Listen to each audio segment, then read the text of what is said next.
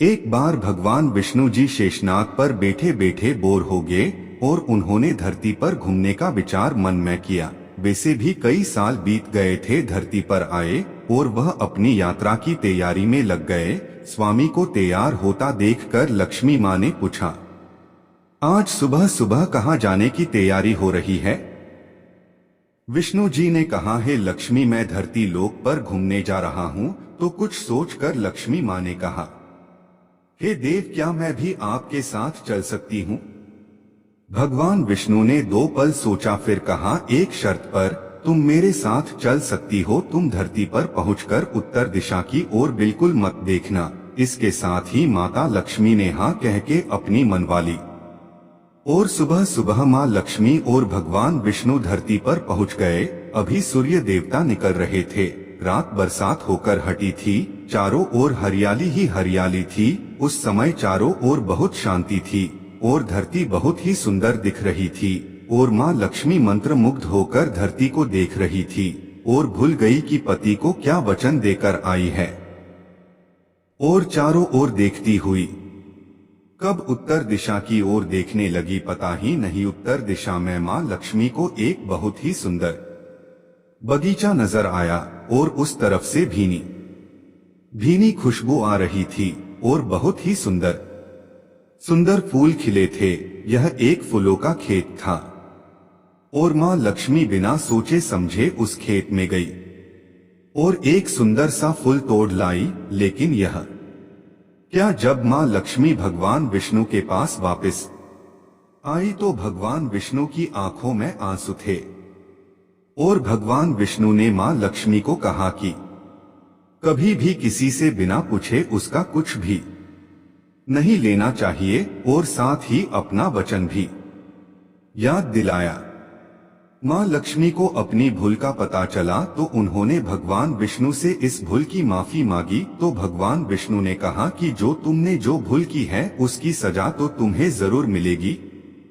जिस माली के खेत से तुमने बिना पूछे फूल तोड़ा है, यह एक प्रकार की चोरी है। इसलिए अब तुम 3 साल तक माली के घर नौकर बनकर रहो। उसके बाद मैं तुम्हें बैकुंठ में वापस बुलाऊंगा। माँ लक्ष्मी ने चुपचाप सर झुकाकर हाँ कर दी। आजकल की लक्ष्मी थोड़े थी और माँ लक्ष्मी एक गरीब औरत का रूप धारण करके उस खेत के मालिक के घर गई। घर क्या, एक झोपड़ा था और मालिक का नाम माधव था। माधव की बीवी, 2 बेटे और 3 बेटियां थी।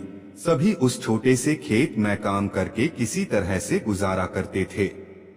माँ लक्ष्मी जब एक साधारण और गरीब औरत बनकर जब माधव के झोपड़े पर गई तो माधव ने पूछा, बहन तुम कौन हो और इस समय तुम्हें क्या चाहिए? तब माँ लक्ष्मी ने कहा, मैं एक गरीब औरत हूँ, मेरी देखभाल करने वाला कोई नहीं। मैंने कई दिनों से खाना भी नहीं खाया। मुझे कोई भी काम दे दो, साथ में मैं तुम्हारे घर का काम भी कर दिया करूँगी। बस मुझे अपने घर में एक कोने में आसरा दे दो। माधव बहुत ही अच्छे दिल का मालिक था। उसे दया आ गई, लेकिन उसने कहा, बहन मैं तो बहुत ही गरीब हूँ। मेरी कमाई से मेरे घर का खर्च मुश्किल से चलता है। लेकिन अगर मेरी 3 की जगह 4 बेटियां होती तो भी मैंने गुजारा करना था। अगर तुम मेरी बेटी बनकर जैसा रूखा सूखा हम खाते हैं उसमें खुश रह सकती हो तो बेटी अंदर आ जाओ। माधव ने माँ लक्ष्मी को अपने झोपड़े में शरण दे दी और माँ लक्ष्मी 3 साल उस माधव के घर पर नौकरानी बनकर रही। जिस दिन माँ लक्ष्मी माधव के घर आई थी उससे दूसरे दिन ही माधव को इतनी आमदनी हुई फूलों से कि शाम को एक गाय खरीद ली। फिर धीरे धीरे माधव ने काफी जमीन खरीद ली और सब ने अच्छे अच्छे कपड़े भी बनवा लिए और फिर एक बड़ा पक्का घर भी बनवा लिया। बेटियों हाय और बीबी ने गहने भी बनवा लिए और अब मकान भी बहुत बड़ा बनवा लिया था। माधव हमेशा सोचता था कि मुझे यह सब इस महिला के आने के बाद मिला है।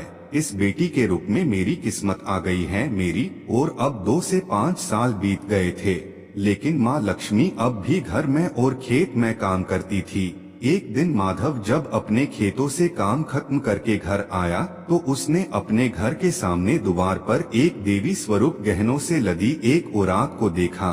ध्यान से देखकर पहचान गया, अरे यह तो मेरी मुँह बोली चौथी बेटी यानी वही औरत है और पहचान गया कि तो माँ लक्ष्मी है। अब तक माधव का पूरा परिवार बाहर आ गया था और सब हैरान होकर माँ लक्ष्मी को देख रहे थे। माधव बोला है, माँ हमें माफ कर, हमने तेरे से अनजाने में ही घर और खेत में काम करवाया है। माँ यह कैसा अपराध हो गया है, माँ हम सबको माफ कर दे। अब माँ लक्ष्मी मुस्कुराई और बोली है, माधव तुम बहुत ही अच्छे और दयालु व्यक्ति हो। तुमने मुझे अपनी बेटी की तरह से रखा, अपने परिवार के सदस्य की तरह से। इसके बदले मैं तुम्हें वरदान देती हूँ कि तुम्हारे पास कभी भी खुशियों की और धन की कमी नहीं रहेगी। तुम्हें सारे सुख मिलेंगे जिसके तुम हकदार हो। और फिर माँ अपने स्वामी के द्वारा भेजे रथ में बैठकर बैकुंठ चली गई। महाभारत का भयंकर युद्ध चल रहा था। लड़ते लड़के अर्जुन रणक्षेत्र से दूर चले गए थे। अर्जुन की अनुपस्थिति में पांडवों को पराजित करने के लिए द्रोणाचार्य ने चक्रव्यूह की रचना की। अर्जुन पुत्र अभिमन्यु चक्रव्यूह भेदने के लिए उसमें घुस गया। उसने कुशलतापूर्वक चक्रव्यूह के 6 चरण भेद लिए, लेकिन 7वें चरण में उसे दुर्योधन, जयद्रथ आदि 7 महारथियों ने घेर लिया और उस पर टूट पड़े। जयद्रथ ने पीछे से निहत्थे अभिमन्यु पर जोरदार प्रहार किया।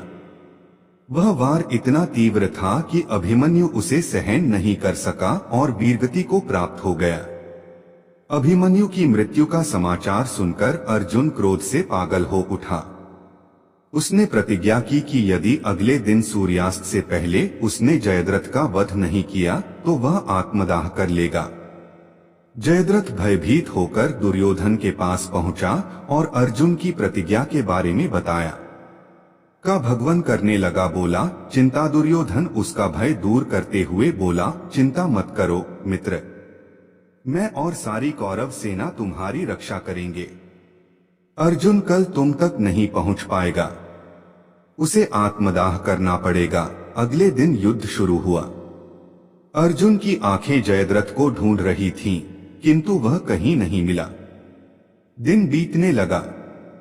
धीरे धीरे अर्जुन की निराशा बढ़ती गई। यह देख श्री कृष्ण बोले, पार्थ समय बीत रहा है और कौरव सेना ने जयद्रथ को रक्षा कवच में घेर रखा है। अतः तुम शीघ्रता से कौरव सेना का संहार करते हुए अपने लक्ष्य की ओर बढ़ो।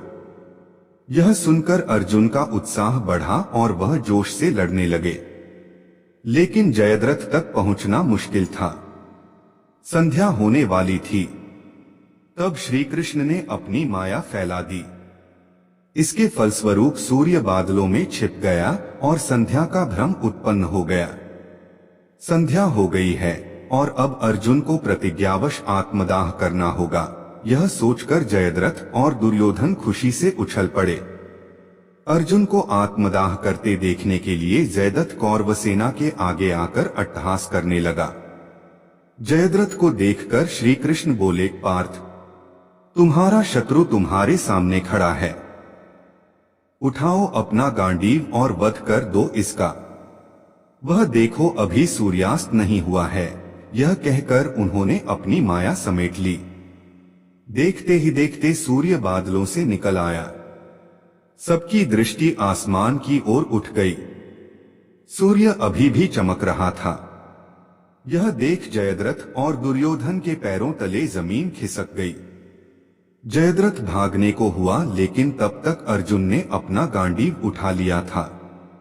तभी श्री कृष्ण चेतावनी देते हुए बोले, हे अर्जुन, जयद्रथ के पिता ने इसे वरदान दिया था कि जो इसका मस्तक जमीन पर गिराएगा उसका मस्तक भी 100 टुकड़ों में विभक्त हो जाएगा। इसलिए यदि इसका सिर जमीन पर गिरा तो तुम्हारे सिर के भी 100 टुकड़े हो जाएंगे। हे पार्थ, उत्तर दिशा में यहाँ से 100 योजन की दूरी पर जयद्रथ का पिता तप कर रहा है। तुम इसका मस्तक ऐसे काटो कि वह इसके पिता की गोद में तुम्हारे सिर के भी 100 टुकड़े हो जाएंगे। हे पार्थ, उत्तर दिशा में यहाँ से 100 योजन की दूरी पर जयद्रथ का पिता तप कर रहा है। तुम इसका मस्तक ऐसे काटो कि वह इसके पिता की गोद में जाकर गिरे।